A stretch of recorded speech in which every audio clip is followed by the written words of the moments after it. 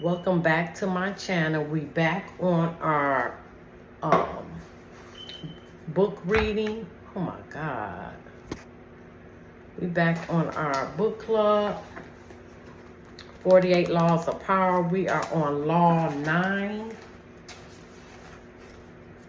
And I think this is a pretty good, oh my goodness, pretty good chapter. Win through your actions, never through argument. That hit me hard because I have a tendency to argue, to prove my point, and people don't hear you. So I really got to change that. So this was pretty good. Just a brief breakdown of Law 9. This law suggests that demonstrating your ideas through actions is more persuasive and impactful than trying to convince others through verbal arguments, which often lead to resentment and resistance. When you argue, you make others feel like they need to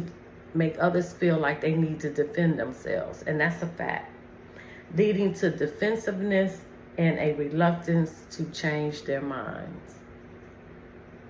Instead of debating, focus on achieving your goals and showcasing the positive outcomes of your approach. This will naturally attract others to your side. And that's what I'm going to do. I'm going to change.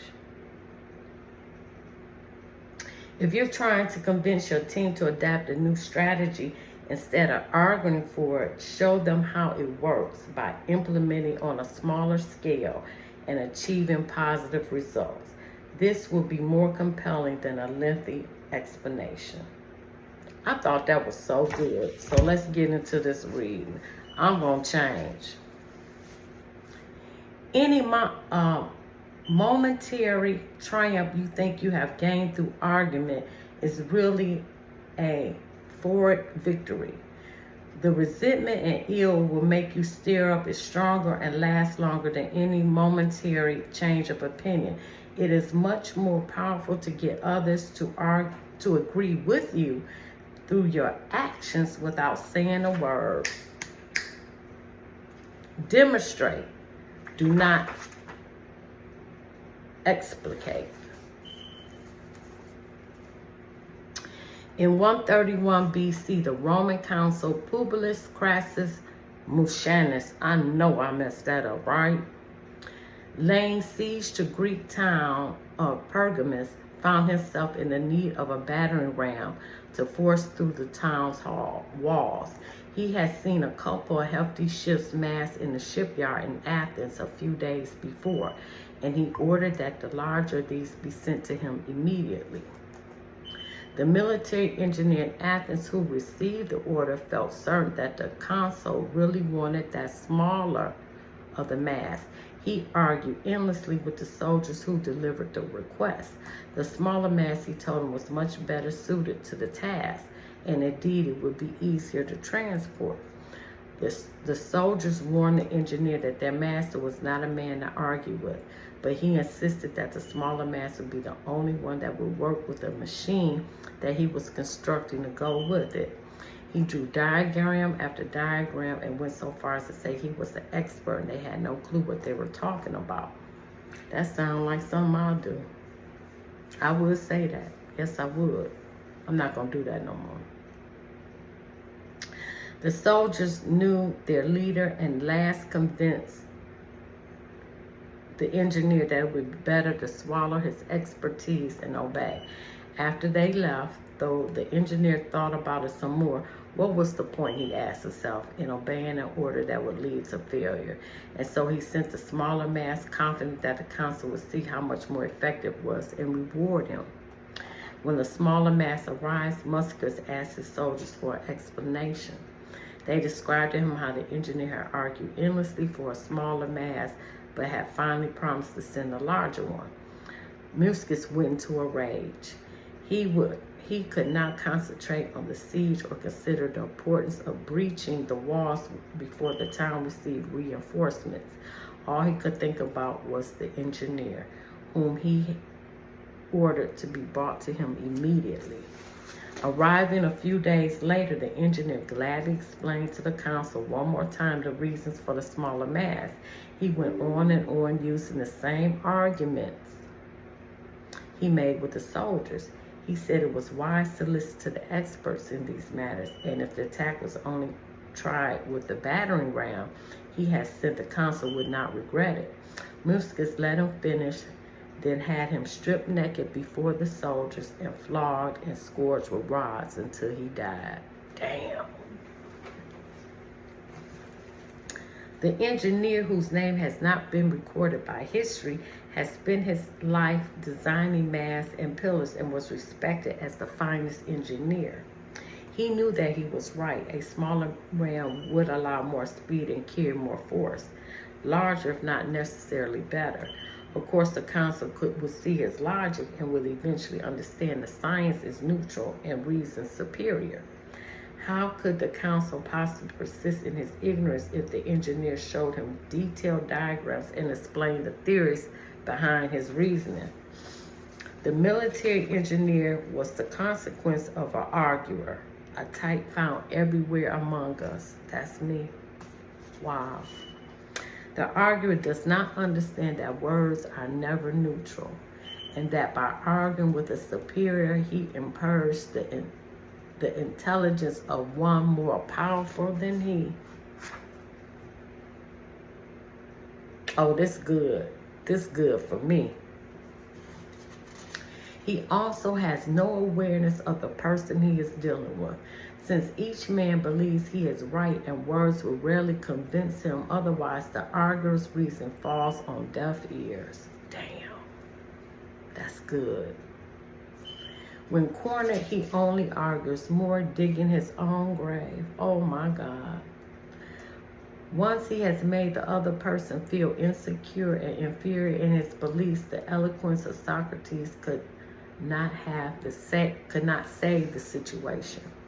It is not simply a question of avoiding an argument with those who stand above you. We all believe we are masters in the realm of opinions and reasonings. Oh shoot. We all believe we are masters in the realm of opinions and reasonings. You must be careful. Learn to demonstrate the correctness of your ideas indirectly. Damn, that's good. We can all, this is a life lesson right here.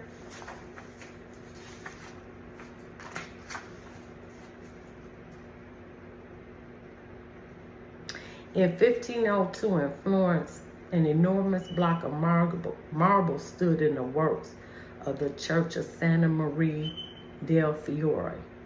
It had once been a magnificent piece of raw stone, but an unskilled sculptor had mistakenly bored a hole through it where there should have been a figure's legs, mutilating it. Pierre Sodorni, Florence mayor, had contemplated trying to save the block by commissioning Leonardo da Vinci to work on it or some other master, but had given up since everyone agreed that the stone had been ruined. So despite the money they had wasted on it, it gathered dust in the dark halls of the church. Then Michelangelo decided to write the artist then living in Rome. He alone, they said, could do something with the marble.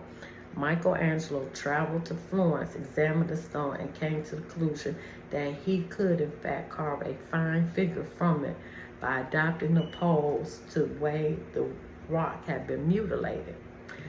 Sodorni argued that this was a waste of time. Nobody could salvage the stone. But he finally agreed to let Michelangelo do it. Weeks later, Michelangelo was putting the final touches on the statue.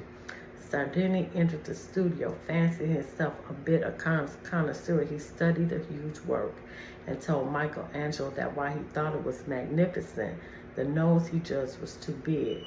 Michelangelo realized Sodorni was standing in the place right under the giant figure and did not follow proper perspective.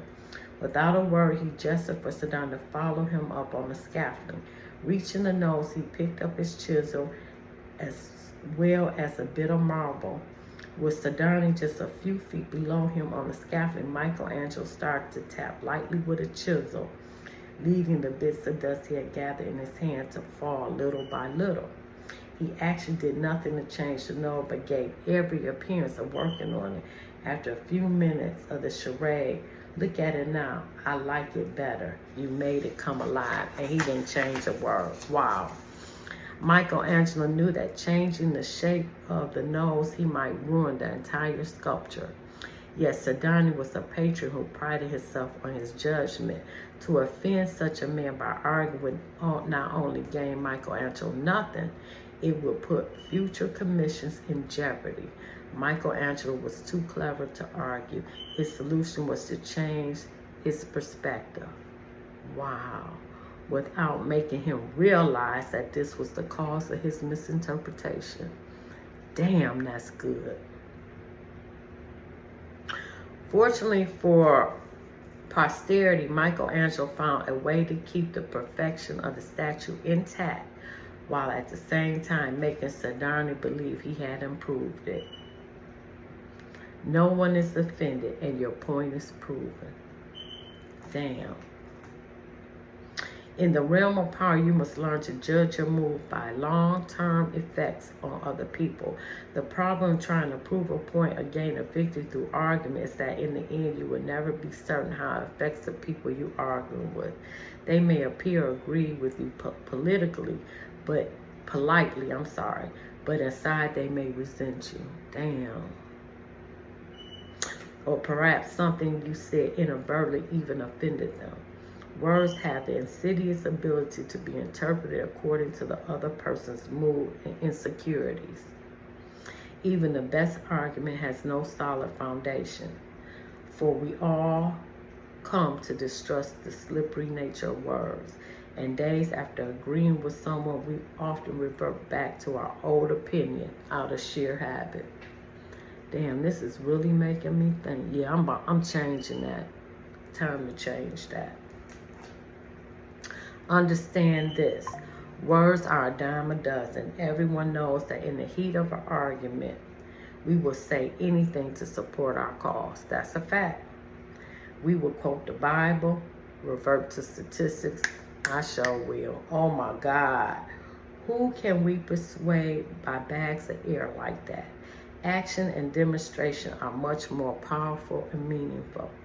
They are there before your eyes for us to see. Yes, now the statue's nose does look just right.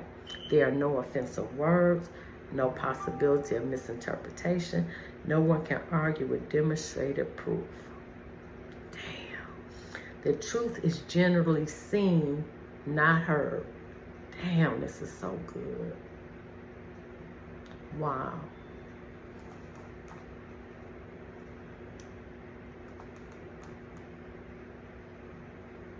In 1688, Wren designed a magnificent town hall for the city of Westminster.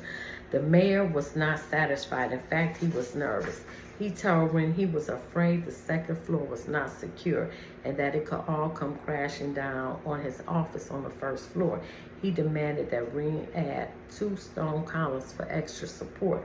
Wren, the consummate engineer, knew that these columns would serve no purpose and that the mayor's fears were baseless. But build them he did, and the mayor was grateful. It was only years later that the workmen on the high scaffold saw the columns stop just short of the ceiling. They were dummies. But both men got what they wanted. The mayor could relax, and Wren knew posterity would understand that his original design worked and the columns were unnecessary. The power of demonstrating your idea is that your opponents do not get defensive and are therefore more open to persuasion. Making them literally and physically feel your meaning is infinitely more powerful than an argument. The most powerful persuasion goes beyond action into symbol. The power of a symbol, a flag, a mythic story, a monument to some emotional event, is that everyone understands you without anything being said. That is powerful. In 1975, Henry Kissinger was engaged in some frustrating negotiations with the Israelis over the return of part of Sinai Desert that they had seized in the 1967 war. He suddenly broke off a tense meeting and decided to do some sightseeing. He paid a visit to the ruins,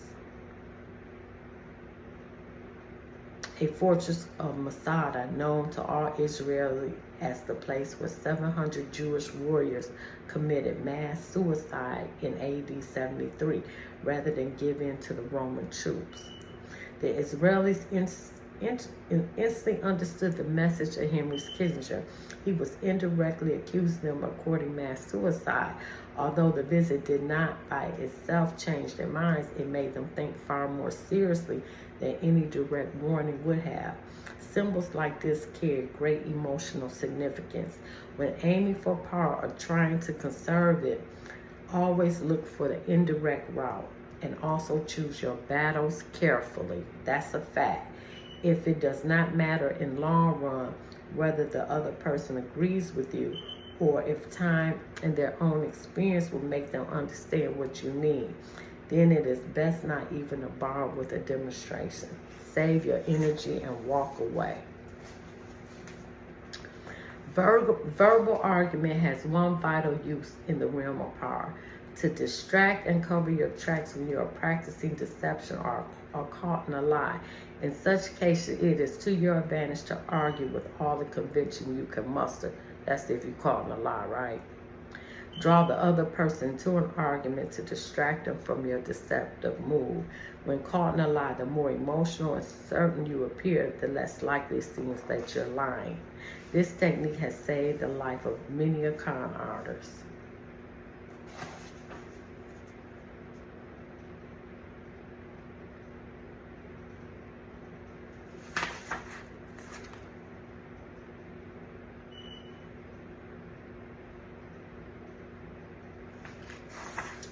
Wow. This is life-changing for me. Damn. This was life-changing for me. Let me see if I can find one more thing. What does it mean to win through your actions, never through argument? When you argue with someone, even if they seem to agree with you, you can never be certain they really do.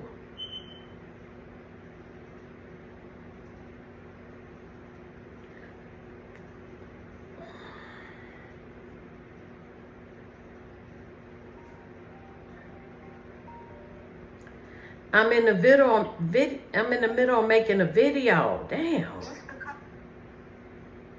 Hold on.